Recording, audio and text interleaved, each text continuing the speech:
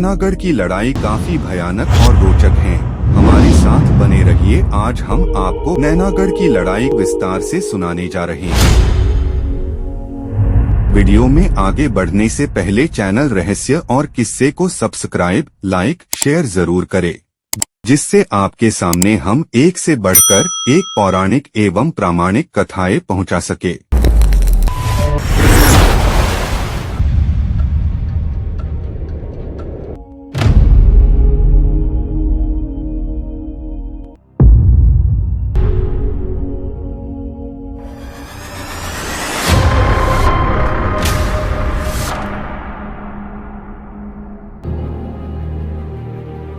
दोनों सेनाएं दोबारा आपस में भिड़ गई।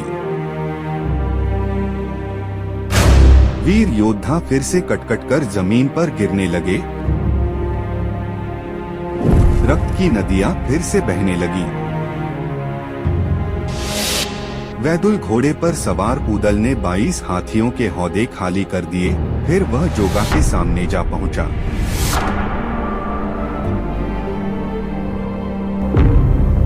ऊदल ने कहा, हम कभी पहला वार नहीं करते। भागते को पीछे से मारने की हमारी धर्म नहीं है। मलखान और ऊदल ने रणभूमि में मौत का तांडव मचा दिया। इस प्रकार युद्ध में मौत का तांडव से नैनागढ़ की सेना भागने लगी। ऐसी सूचना पाकर राजा नेपाली भागते हुए देवी के मठ से अमर ढोल लेने खुद ही पहुंच गए। वहां अमर ढोल न देखकर घबराया। पूजा और हवन करवाया। हवन से देवी प्रकट हुई। देवी ने राजा नेपाली की मन की व्यथा जान चुकी थी। उदास मन से खरे राजा नेपाली से कहा, इंद्रदेव का ढोल तुम्हें दिया था, तुम चिंता मत करो, मैं इंद्रदेव से बोलकर ढोल मंगवाती हूँ। देवी इंद्रलोक में भगवान इंद्रदेव के सामने प्रकट हुई। इंद्रदेव ने बताया कि आल्हा को शारदा माता ने अमर रहने का वरदान दिया है, इसलिए हम आल्हा के विरुद्ध कुछ नहीं कर सकते। अमर ढोल को फोड़ दिया गया। देवी ने राजा नेपाली से बताया कि अमर ढोल फट गया, दोबारा मिलना नामुमकिन है। फिर राजा नेपाली ने अपने मित्र सुंदरवन वाले अरिनंदन को पत्र भेजकर सहायता के लिए बुलाया। अरिनंदन ने आकर नदी के पार डेरा डाला। इस बीच नदी में नावों पर नृत्य शुरू हुआ। आल्हा देखने लगे तो अरिनंदन ने आल्हा का परिचय पूछा और नाव पर बिठाकर सुंदरवन को रवाना कर दिया। बहुत देर तक आल्हा के न मिलने पर ऊदल और मलखान भेवा से कहा कि अपने पंचांग देखकर बताओ। इसी बीच रूपन ने आकर सारी घटना बता दी। देवा ने उपाय बताया कि ऊदल सौदागर का वेश बनाकर जाए। तब ऊदल ने बैंदुल पर मखमल की झूल डलवाई, घोड़ों का सौदागर बन गया। सुंदरवन पहुंचकर फाटक पर द्वारपाल से कहा कि वह घोड़ों का सौदागर है। अरिनंदन को खबर भेज दी कि घोड़ा खरीद लें। अरिनंदन ने कीमत पूछी तो ऊदल ने कहा, पहले सवारी करके देख लो, फिर कीमत पूछना। राजा ने अपने दरबारी जनों को घोड़ा परखने को कहा, परंतु वे घोड़े से डर गए। ऊदल ने कहा कि घोड़े काबुल से लाए हैं। 5 घोड़े महोबा में बेचे थे, 2 जूनागढ़ में बेचे हैं। अरिनंदन ने आल्हा को बुलाया और कहा कि घोड़े पर सवारी करके दिखाओ। आल्हा बजरंगबली को याद करके घोड़े पर सवार हुए। ऊदल अपने वैदुल पर चढ़े और घोड़ों को तेजी से दौड़ा लिया। आल्हा ऊदल दोनों अपने दल में पहुँचे। घुड़सवार अपने अपने घोड़ों पर चढ़ गए। आल्हा अपने पंचशावत हाथी पर बैठे। मन्ना गुजर और रूपन वारी सबने तैयारी कर ली। दूसरी तरफ राजा नेपाली सिंह ने भी तीनों लड़के खड़े कर दिए। दोनों लश्कर खेतों में पहुंच गए। पटना वाला पूरन भी चौथे भाई की तरह साथ था। ऊदल ने कहा, जल्दी सुनवा की भावर डलवा दो, क्यों सैनिकों की अपनी जान गवाते हो। जोगा बोला, बनाकर अछूत जात होती है, कोई राजपूत नहीं है। ऊदल ने तुरंत बोला, मेरा नाम ऊदल सिंह राय है, पिता दशरथ माता देव कुवार के पुत्र हैं हम। दोनों ही आपस में सामना करने को तैयार हो गए। जोगा ने पहले तीर चलाया, फिर भाला मारा, परंतु वैदुल घोड़े ने दाएं बाएं हटकर वार बया दिए। ढाल को घुमा के मारा तो जोगा को धरती पर गिरा दिया। फिर तो उदल ने जोगा को जंजीर से बांध लिया।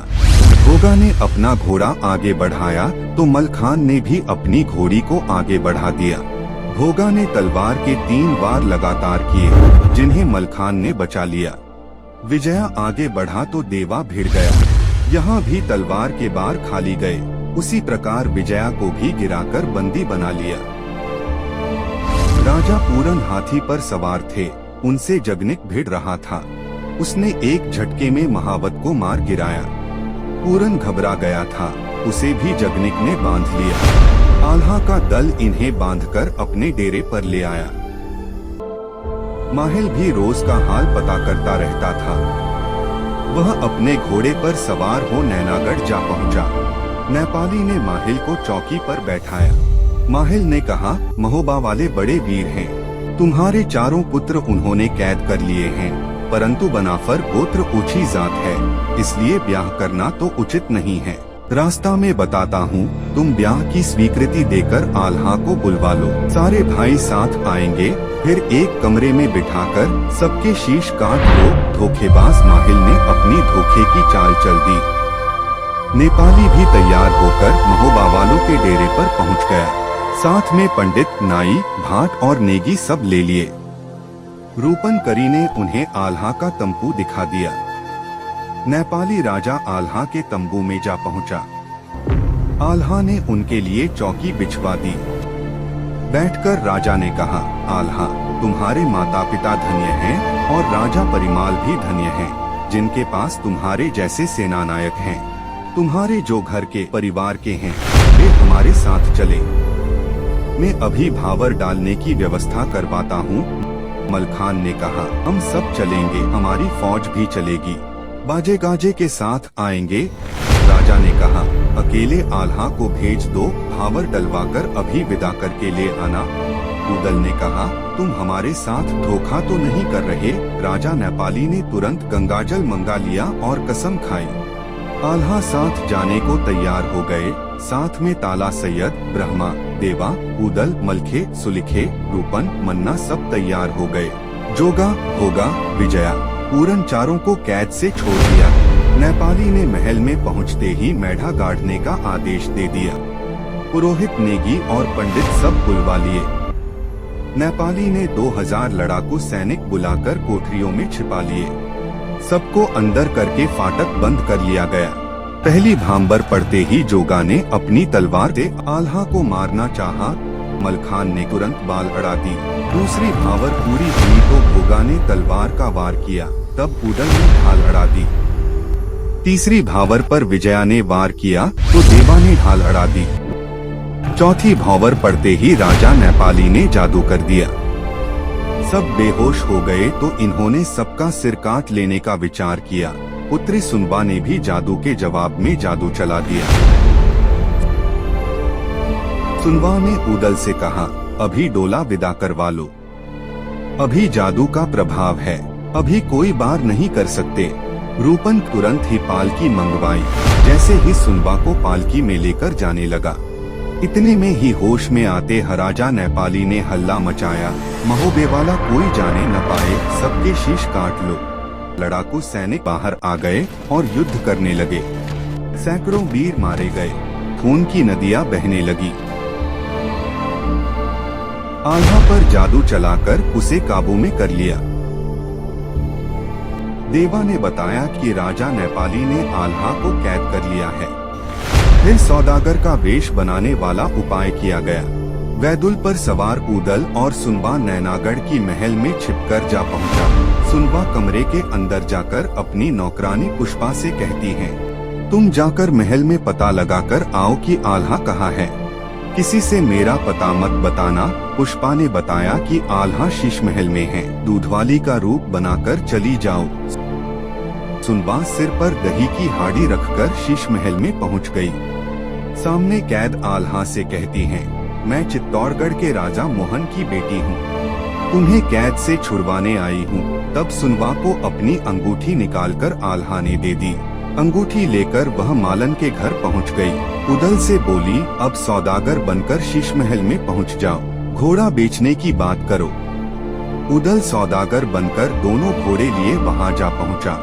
राजा को खबर अपने आप पहुंच गई। घोड़े देखकर कीमत पूछी तो उदल कहने लगे, पहले चढ़कर देखो, फिर कीमत भी लग जाएगी। कोई चढ़ने को तैयार न हुआ तो उदल ने कहा, महोबे वाले राजकुमार इन पर सवारी कर चुके हैं। अगर कोई दिल्ली या महोबे का क्षत्रिय हो तो चढ़कर देख ले।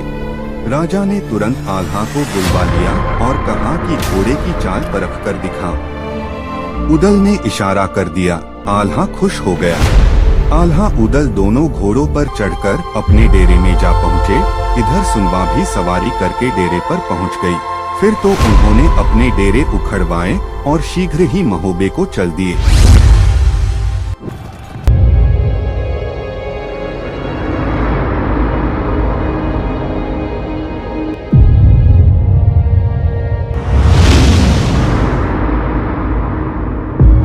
इस किस्से की शेष कहानी अगले एपिसोड में सुनाएंगे। आगे की किस्से के साथ अगले एपिसोड में मुलाकात होगी। तब तक के लिए नमस्कार।